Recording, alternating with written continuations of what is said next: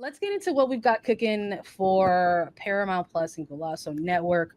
North Carolina Courage are going to face Chicago Stars. You can catch this one at 5 p.m. Eastern. And the Courage kind of in an interesting position right now because there was the argument that we talked about pretty frequently in the opening 5 to 6 weeks of this season, where the question was constantly like, what are they doing and are they going to turn it around? And it might feel a little bit like they're finally turning that corner. They find themselves on a 3-game unbeaten streak, 2 wins and a draw, racked up 7 points, still at the lower half of the table, but looking promising. And that draw coming off of against an Orlando Pride team that's reigning champions, title holders, Shield winners. It feels like maybe, just maybe, things are clicking. Or are either of you of the opinion that there's still some work to be done here for the Courage? And is this the game to make sure that they solidify that progress? I'm nodding because I think I've really enjoyed watching them actually the past couple of weeks. I thought they were really unlucky to not get all 3 points against the Pride. That last minute Banda header just got it, obviously the tie, but I think the football they've been playing is starting to sort of transcend to wins. And I think this weekend against Chicago is another huge opportunity. Chicago, obviously, we've spoken about them a lot, not on great form whatsoever this season. But I think for the Courage, I loved watching them play. I thought they were back to playing that sort of possession-based style with an end product a little bit more recently. They're not quite there, but I think for them, confidence-wise, the improvements have been really good. And I think going into this weekend, it's a huge opportunity. I think I'm confident they're going to get 3 points this weekend, and they're just going to keep going on the up. Yeah, Darian, I wonder, I'm going to let you cook.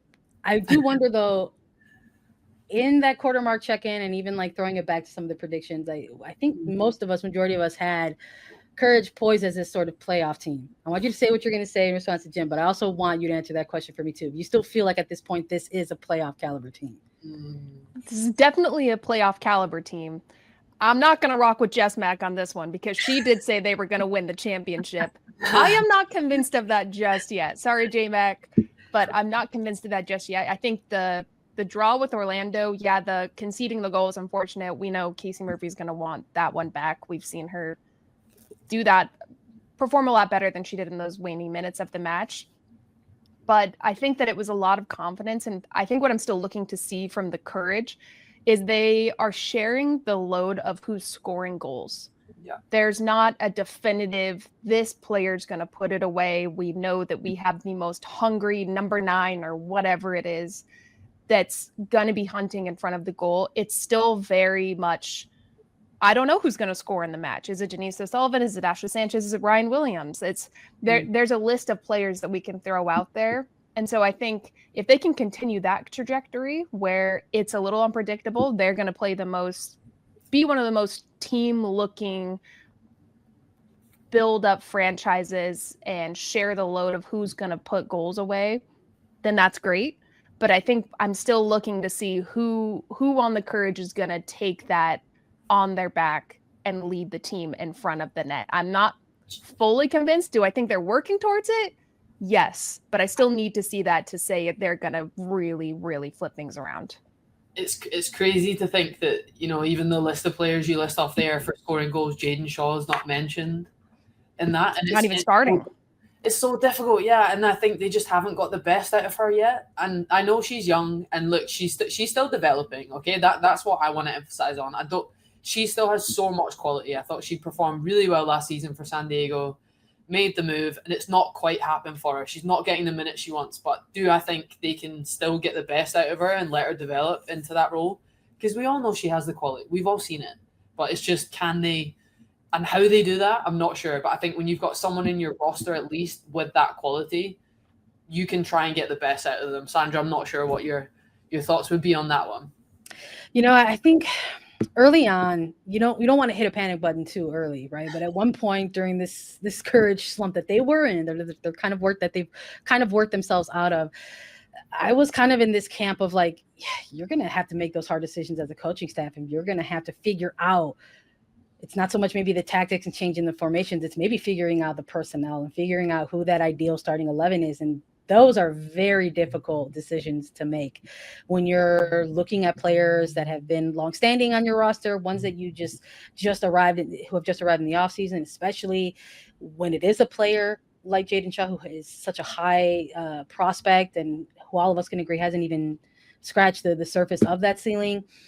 Those are still difficult decisions to make. You know, this is a headline player for your team through the offseason, promoting as like, this is going to be eventually one of these sort of franchise face type of players. But at the same time, you have to make those calls to try, maybe if it's in the best interest of the player, maybe if it's a difficult conversation to have. And now we're sort of seeing Jaedyn Shaw maybe given some time to get a little bit acclimated. Maybe they want her to take more of the game in on the bench before, you know, kind of putting her out there and feeding her to the wolves. I'm going to be placing a lot of that expectation upon her. Maybe they're trying to take some of that off a little bit. Maybe those are the conversations that are being that are happening. And I think when you have this sort of 3-game streak, this unbeaten record, you know, maybe you also kind of have this new conversation enter the chat where it's like, well, do you really want to disrupt what's working right now at this point? And, you know, you've worked so hard to get to this point to get things to click. Now, do you try to disrupt that again by weaving newer elements or reintroducing elements into the game? But I do feel like if they wanted to, maybe this is the game to do that against Chicago Stars, because I hate to do it, but it is the house of blues for Chicago, baby. It's tough. It's tough to watch week in, week out. And I will give the Stars this. They had that response, right? I think that's what everybody looks for in a team. When that big shakeup happens, that big decision comes where a club departs with a coach, you look for that response, right? And we saw that. It came in the form of a scoreless draw, but we saw that against Gotham FC. And then we saw a lot of chaos out of that second game against Washington Spirit. So what is this third game going to look like for the Stars, kind of post Donaldson era, and going up against a Courage side that are perhaps finally trying to hit their stride? I think that if you kind of widen that lens and you technically have two teams that are still trying to figure things out, and you're the Courage and you want to add more layers in, again, maybe this is the game that you do that for. And then for Chicago, I think, unfortunately, at this point in their season, even though it's only week 9, there is that concept of like, how are they going to continue to navigate this season without Mel Swanson? Because that's another one of those updates. She and her husband, Danson Swaby, are going to go ahead and expect a baby, and she's been at the sidelines now and showing face there. And so now you are going to be without your star player. So who and what is going to kind of maybe take over this team, and what is really left to play for Chicago for the remaining weeks of this season? I'm not too sure. Maybe this is a game that's going to invite a lot of chaos and even less answers to so many of these questions. I was going to say, when you're a team like Chicago, Jen, I have no idea if you've played on a losing team in a season. I have, and it's horrible. Yeah. But the way that you can approach a game like this is NC Courage are on a hot streak. Sure, let's spoil it. We can be one of the most unpredictable teams that I think they proved it last week against Washington Spirit. We'll put some away against you. Watch this. Watch this be, maybe the team is going to drop to the level they think that we're at, and they come out swinging. Chicago still have a really talented team. Jamise Joseph, Ludmila, Sam Stab leaving from the back, Harry Recaro in the midfield or in the back line. Alyssa Nair is their freaking goalkeeper. They're still a great team. Yes, there's turnover and chaos and whatever's happening in Chicago.